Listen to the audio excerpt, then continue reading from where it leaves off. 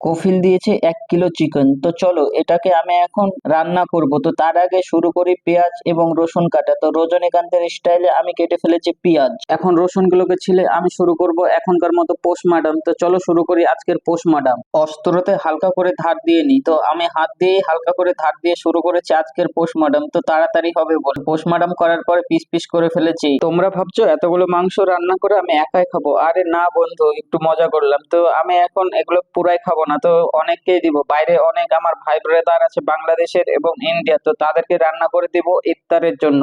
তো চলো শুরু করি আজকের রান্না বান্না। তো আমি পেঁয়াজটা ভেজে ঢেলে দিয়েছি মাংসটা একটু কষানোর জন্য। তো কষতে কষতে হালকা করে আলু দিয়ে দিয়েছি। এইসব করতে করতেই ইফতারের টাইম হয়ে গেছে। তো চলো আমি আমার ইফতারের ইন্তজাম করতে শুরু করি। তো আমি একটা লেবুন এবং একটা কলা নিয়ে চলে এসেছি রুমে এবং দেখছি তো মাংস পুরাই রান্না হয়ে গেছে। তো কেমন রান্না হলো অবশ্যই তোমরা বলবে। আর আজকের ব্লগ এখানেই, প্লিজ সাবস্ক্রাইব।